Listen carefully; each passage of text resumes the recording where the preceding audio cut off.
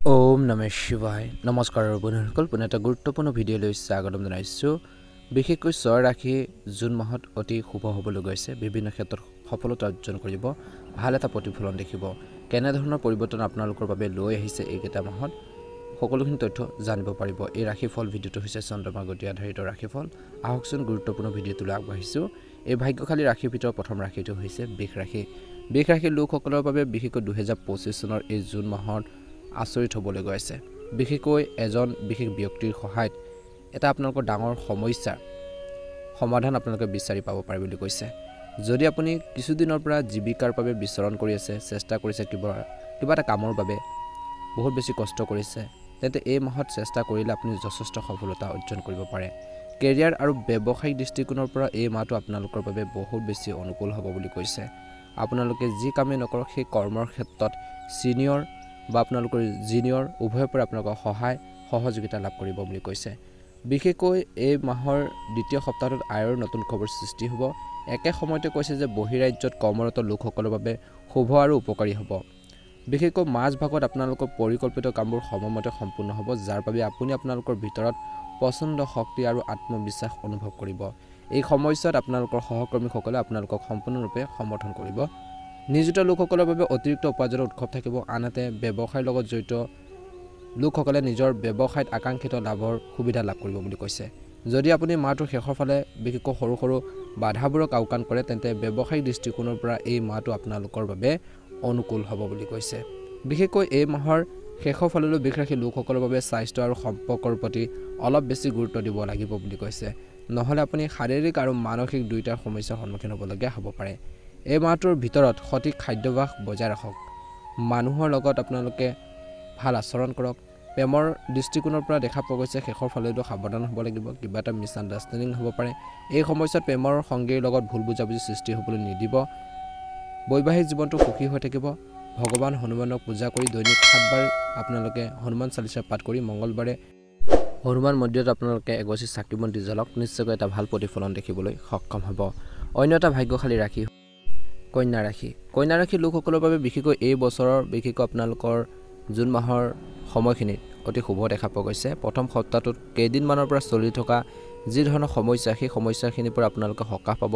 একে সময়ছোৱাত এগৰাকী মহিলা বন্ধুৰ সহায়ত বিশেষকৈ পুৰুষসকলৰ কিছুমান নষ্ট হোৱা কাম সম্পূৰ্ণ হ'ব পাৰে সম্পৰ্কৰ ক্ষেত্ৰত এই মাহত সময় আপোনালোকৰ বাবে বহুত ফলপ্ৰসূ হ'ব পাৰে আত্মীয়ৰ সৈতে হোৱা ভুল বুজাবুজিবোৰ সমাধান হ'ব আৰু আপোনালোকৰ সম্পৰ্কৰ পুনৰবাৰ শুদ্ধ পথলৈ আহিব বুলি কৈছে কিন্তু ইয়াক সঠিকভাৱে পৰিচালনা কৰিব লাগিব শক্তিশালী কৰিবলৈ আপোনালোকৰ ফালৰ পৰা প্ৰচেষ্টা চলাব লাগিব বৈবাহিক জীৱনত মধুৰতা থাকিব জীৱন সংগীৰ সৈতে সুখৰ সময় কটাবলৈ সুযোগ পাব এই গোটেই মাহটোত বিশেষকৈ কৰ্মৰ ক্ষেত্ৰত কাৰোবাৰ লগত সংঘাতত লিপ্ত হোৱাৰ পৰিৱৰ্তে মানুহৰ লগত কথাবোৰ মিলাই যোৱাটো বা আণ্ডাৰষ্টেণ্ডিং বজাই ৰখাটো আপোনালোকৰ প্ৰয়োজন আছে বিশেষকৈ এই সময়খিনিত উপকাৰী বুলি প্ৰমাণিত হ'ব এই মাহত কন্যা ৰাশিৰ লোকসকলৰ বাবে যদি আপুনি পৰিস্থিতিৰ লগত নিজকে খাপ খুৱাই লোৱাত সফল হয় পৰিৱেশ সাপেক্ষে আপোনালোকে যদি এডজাষ্ট কৰি আপোনালোকে মিলি যাব পাৰে তেন্তে আপুনি আশা কৰাতকৈ অধিক লাভৱান হ'ব পাৰে বুলি কৈছে ব্যৱসায়িক দৃষ্টিকোণৰ পৰা এই মাহৰ দ্বিতীয় সপ্তাহটো অতি শুভ আৰু সৌভাগ্য হ'বলৈ গৈছে এই সময়ছোৱাত আপুনি আপোনালোকৰ কেৰিয়াৰ আৰু ব্যৱসায় দুইটাতে আগুৱাই নিয়াত সফল হ'ব বুলি কৈছে বিশেষকৈ এই জুন মাহৰ মাজভাগত কোনো বিশেষ ব্যক্তিৰ সহায়ত আপুনি ব্যৱসায়ত ডাঙৰ চুক্তি পাব পাৰে অংশীদাৰিত্বৰে সম্পৰ্ক ব্যৱসায় কৰাসকলে এই সময়ছোৱাত বিপুল লাভৰ সম্ভাৱনা দেখিব বুলি কৈছে মাটি অট্টালিকা ক্ৰয় বিক্ৰয়ৰ ইচ্ছা পূৰণ হ'ব পাৰে মাহৰ মধ্যভাগত বিশেষকৈ পৰিয়ালৰ সৈতে দীৰ্ঘ দূৰত্বৰ ভ্ৰমণৰ সম্ভাৱনা থাকিব কিছু লোকৰ মাহৰ শেষৰ ফাললৈ হঠাতে অধিক কামৰ বোজাৰ পৰিব পাৰে এই সময়ছোৱাত আপুনি ঋতুভিত্তিক ৰোগৰ বাবে শাৰীৰিক সমস্যাৰ বা মাটি বা অট্টালিকা সম্পৰ্কীয় বিবাদৰ বাবে মানসিক সমস্যাৰ সন্মুখীন হ'বলগীয়া হ'ব পাৰে এনে পৰিস্থিতিত আপোনালোকে ধৈৰ্য বজাই ৰাখিব লাগিব বুলি কৈছে প্ৰতিকাৰ স্বৰূপে প্ৰতিদিনে শিৱলিংগত পানী বা বেলপাত আগবঢ়াওক আৰু শিৱ চালিচা আপোনালোকে পাঠ কৰক সুন্দৰ প্ৰতিফলন দেখিবলৈ সক্ষম হ'ব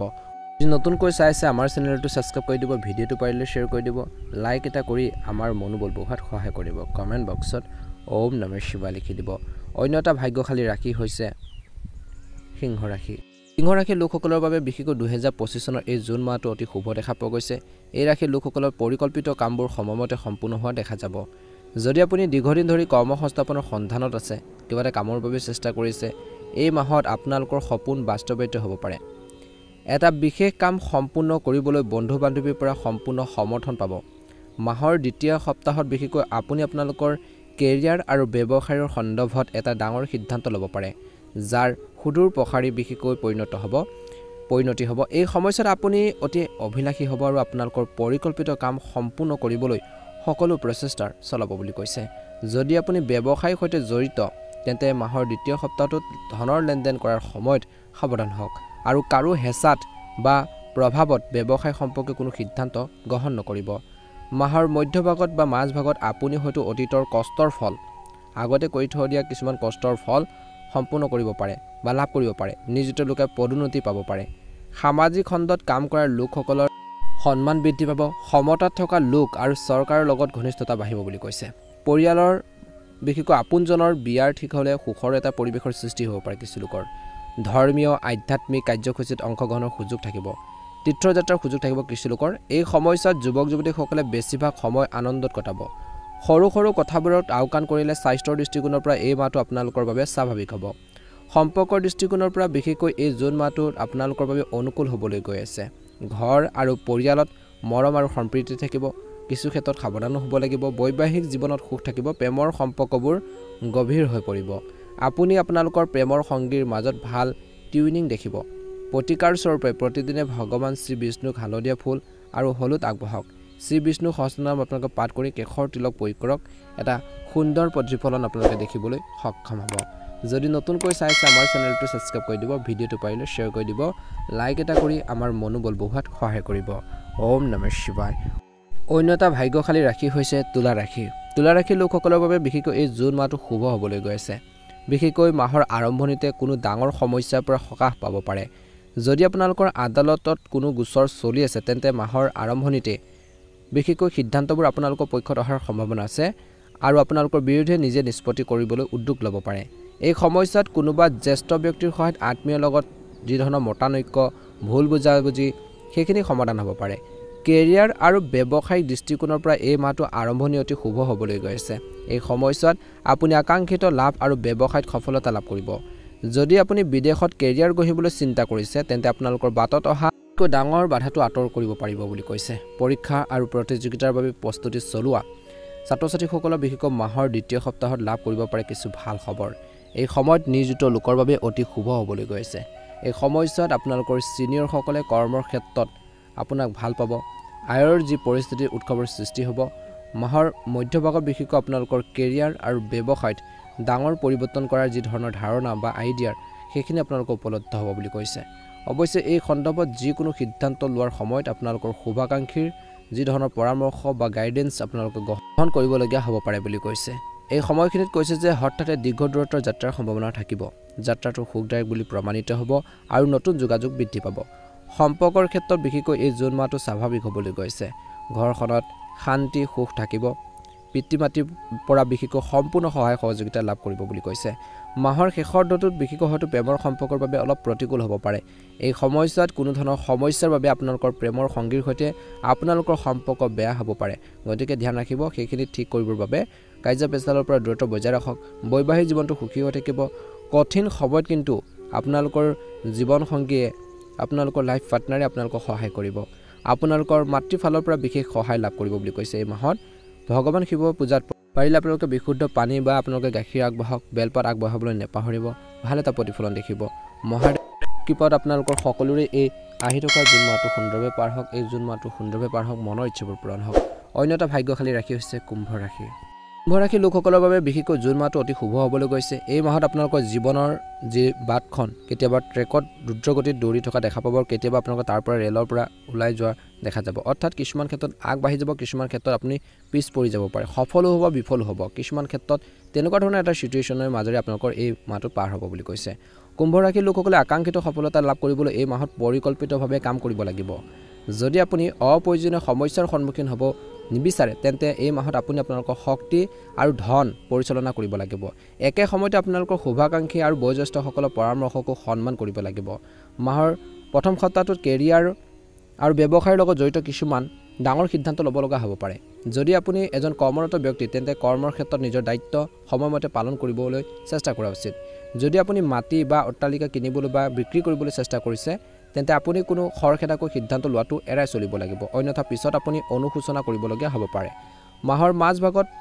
কৰ্মৰ সংক্ৰান্তীয় কিছুমান সমস্যাৰ সৃষ্টি হ'ব পাৰে, কিন্তু অৱশেষত বন্ধু বান্ধৱী আৰু শুভাকাংক্ষীৰ সহায়ত আপোনালোকৰ সকলো সমস্যাৰ সমাধান বিচাৰি উলিওৱাৰ ক্ষেত্ৰত সফল হ'ব। এই মাহত আপুনি ঘৰখনৰ মেৰামতি বা আন কোনো ডাঙৰ প্ৰয়োজনীয়তাৰ বাবে বৃহৎ পৰিমাণৰ খৰচ কৰিবলগীয়া হ'ব পাৰে। বিশেষকৈ জুন মাহত আত্মীয়ৰ লগত আপোনালোকৰ সম্পৰ্ক কেতিয়াবা কোমল আৰু কেতিয়াবা গৰম হ'ব, অৰ্থাৎ কেতিয়াবা কাজিয়া পেচাল হ'ব, কেতিয়াবা বহুত বেছি ভাল হৈ থাকিব,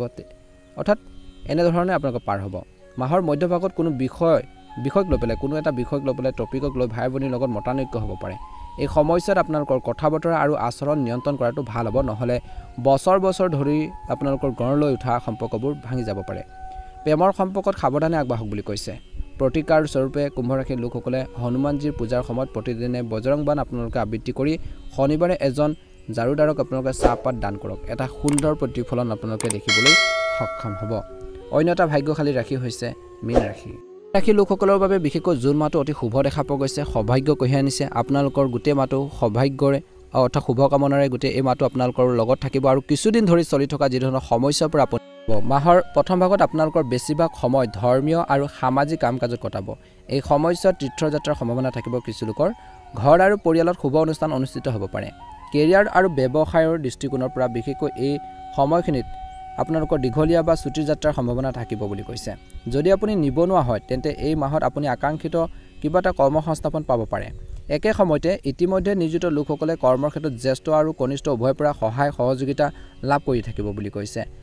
আপোনাৰ উপাৰ্জনৰ অতিৰিক্ত উৎসৱৰ সৃষ্টি হ'ব। এই সময়ত শ্ৰমিক মহিলাসকলৰ বাবে অতি শুভ হ'বলৈ গৈছে। কৰ্মৰ ক্ষেত্ৰত মৰ্যাদা আৰু পদবী বৃদ্ধি পাব। বিশেষকৈ জুন মাহে আপোনালোকৰ বৃহৎ সফলতা কঢ়িয়াই আনিছে বুলি প্ৰমাণিত হ'ব। প্ৰতিপক্ষৰ ওপৰত আপুনি ডাঙৰ জয় লাভ কৰিব বুলি কৈছে। এই সময়ছোৱাত আপুনি আদালতৰ গোচৰৰ পৰা সকাহ পাব, যিসকলৰ এটা সমস্যা চলি আছে।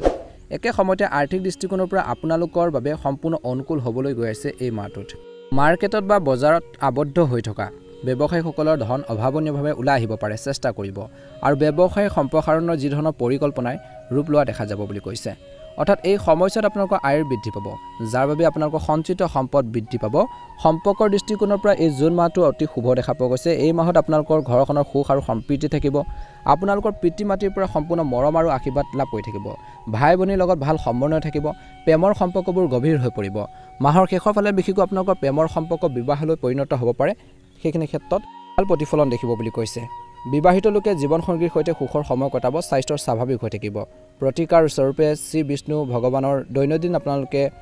উপাসনাত শ্ৰী বিষ্ণু সহস্ৰনাম আপোনালোকে পাঠ কৰি বৃহস্পতিবাৰে এটা মন্দিৰত ধৰ্মীয় পুথি এখন দান কৰক। ভাল এটা প্ৰতিফলন নিশ্চয়কৈ দেখিবলৈ সক্ষম হ'ব। সকলোৰে এই জুন মাহটো সুন্দৰভাৱে পাৰ হওক, মনৰ ইচ্ছাবোৰ পূৰণ হওক। ভাল লাগিলে লাইক এটা কৰি দিব, চেনেলটো ছাবস্ক্ৰাইব কৰি দিব, কমেণ্ট বক্সত ওম নমঃ শিৱায়, জয় মা লক্ষ্মী লিখি দিব। আপোনালোকৰ সুস্বাস্থ্য কামনা কৰিছোঁ।